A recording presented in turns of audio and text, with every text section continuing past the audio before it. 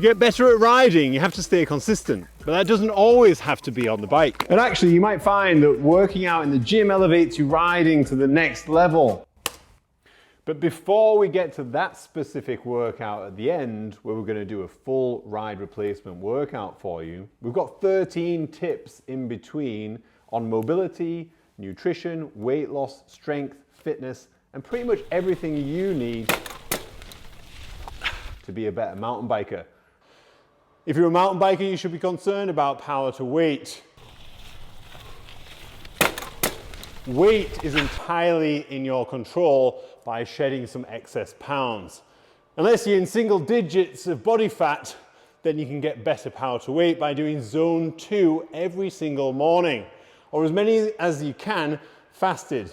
Get some proteins in and fats, but don't have carbs, and anything over 20 minutes, zone 2 and not higher, will actually get into that fat burning zone, get your body burning that excess weight, which will make you a better rider. But not only that, more efficient at using fuel stores in your muscles. So all in all, zone 2 has its place if you have the time and desire to get shredded. Peace. We love rowing for mountain bikers. It might seem contradictory because we're not getting pedal power as you'd expect on a turbo trainer. However, we're getting lots of hinging, which is amazing, and upper mid-back engagement. Make it even more specific for mountain biking by putting one foot on and the other on the ground and driving on 10 to build strength endurance in that split stance that we know is so good for downhill riding. Do 10 pulls each side, an equal number per session. What I suggest is 500-meter intervals with a couple of minutes off in between, and that will get better strength, endurance in the legs for mountain biking. Peace. Hanging from a bar is fantastic for grip, which is great for mountain biking. But when we want healthy shoulders too, try this. Let go with one arm, stabilize. You can allow yourself to twist, maybe 10 seconds, one side. Put your other hand on, 10 seconds the other, with the rotation through. This way, we're working mobility as our shoulders were designed to, not just strength. We want them to be functional, moving, and then protecting from any kind of gnarly you might come up against on the bike, but ultimately, the control and stabilization which helps your performance. Peace. I'm under no illusion that most mountain bikers that follow our Instagram and YouTube channels use that information for free forever and have no intention of signing up to one of our specific programs, which is absolutely fine. But if you're going to pursue a strength program, particularly squats, because we know squats are very, very good for mountain bikers, then choose one of 3 that I recommend. For beginners, Wendler 5x5, which you can incorporate bench, pull-ups, etc., and deadlifts as well. So it's a good holistic basic strength program.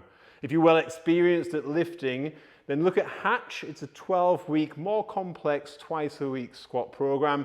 It is amazing if you can do back and front squats. And then finally, if you're super hardcore, then Small-Off or Small-Off Junior. I've done that twice in my life, and my soul still hurts.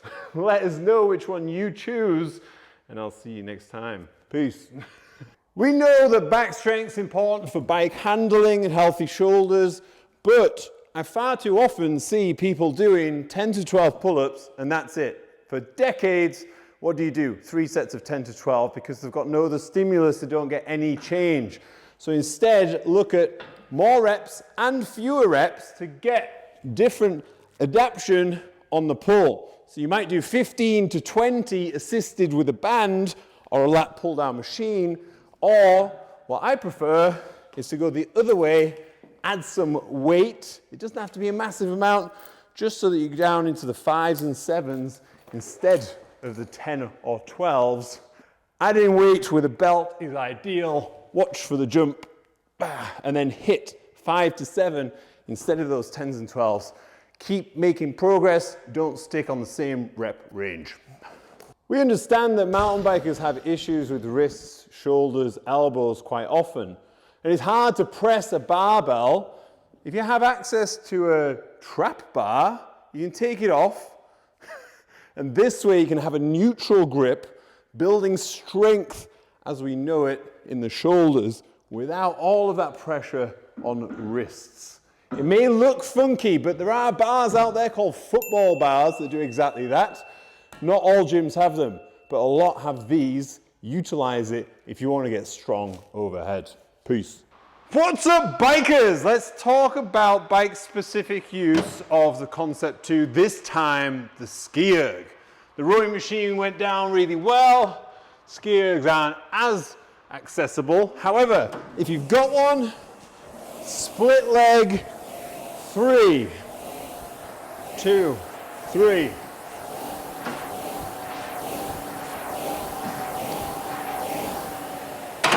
Changing leg every time in a split stance is going to be doing way more for your hinging and your bike-specific ability and capacity than a regular ski erg. So try it if you're a mountain biker. If not, just stick to being a ski wanker.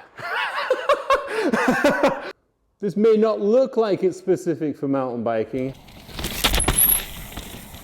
However, if you don't have any weight, then this towel Superman position is really good for building upper mid-back, scapular control, and all the things that will help your shoulders stay healthy and functional on the bike. So take a towel and with straight elbows, pulling against the towel all the way down until the towel hits your elbows, back up to lock out, whilst clenching your butt with your bottom rib on the ground. Hit 15 to 20 reps, 3 times, and that's really going to help you control on the bike. For riding mountain bikes, we need the posterior to function well. Quite often we'll do deadlifts, etc., and it hits the hamstrings but not the glutes. The glutes are there to stabilize the pelvis, and by working them well in single leg movements, unilateral like the single leg deadlift, we're going to work that, balance the hips, can help with lower back pain, but more so for performance. If you want to up the ante and get even better, then we can use that same position in the front leg, but stabilize on the back leg and hit some single arm swings, which generates a lot more speed and power, which is transferable to the movements you're going to be doing on the bike, which is exactly what we're trying to do here. Peace. Mountain bikers quite often get a deficit in strength in their quads and they neglect their glutes and hamstrings. This death march evens out and actually really well replicates the position on the bike. So to get muscular endurance in that posterior chain, pick up a couple of decent weighted kettlebells or dumbbells, take a half step, hinge, without any flexion of the spine, bam, we get a nice isolated glute pump that's going to make you better on the bike.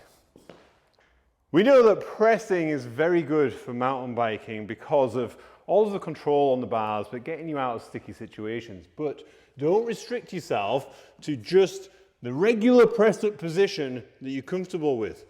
It might create imbalance and then dysfunctional shoulders. These plates are here to represent where I would normally push up and for you to visualize what we're going to do.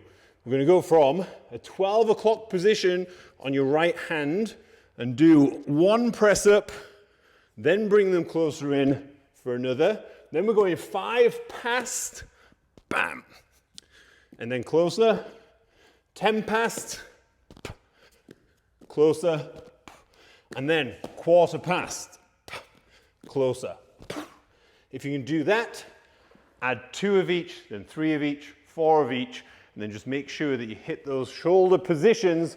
They're going to keep you healthy for longer and riding forever. Peace. Back squats are one of the best movements for generating speed, power, strength, pretty much everything you need for pedals on the bike. However, people are, rightly so, tentative about putting massive weight on their spine. This variation, which is called a box squat, although we're on a bench, helps you reach a decent depth in the squat, so probably about 90 degrees at the hip to drive up safely. And if you fail, you can sit back down and ask a buddy to help the bar off. This is also a really good position to generate speed and power at sub-maximal weights. So thinking 60 to 70% of your max, sit down, and then bam, good intention, drive it fast, get some pedal power like a maniac. Peace. This is a super simple workout that's going to help you ride your mountain bike better. 10 calories on an assault bike, 10 press-ups or push-ups, 10 rounds as quickly as you can. Honestly, try it. It looks simple, it looks easy, but it is brutal and it will help you ride better. Peace. To get better at riding, you have to stay consistent, but that doesn't always have to be on the bike. And actually, you might find that working out in the gym elevates you riding to the next level. So this week's workout of the week, in partnership with Fox Racing, is a ride replacement workout. The idea is you do 40 to 60 minutes of cardio as far as you can, but every 3 minutes do 10 man makers. A man maker is a push-up and a row on the left side, a push-up and a row on the right side, and you do that 10 times total before then getting back onto the bike or any other piece of cardio equipment, like an assault bike, rowing machine, skipping, and if you have nothing at all, you can replace that with star jumps. Scaling options for the man makers, obviously you can go lighter on the dumbbells, or you can use dumbbells and go onto your knees if it's the push-up part that you struggle with. Or if you have nothing, then you can do shoulder taps instead. Complete this, comment with how you did below, and I'll see you next time. Peace.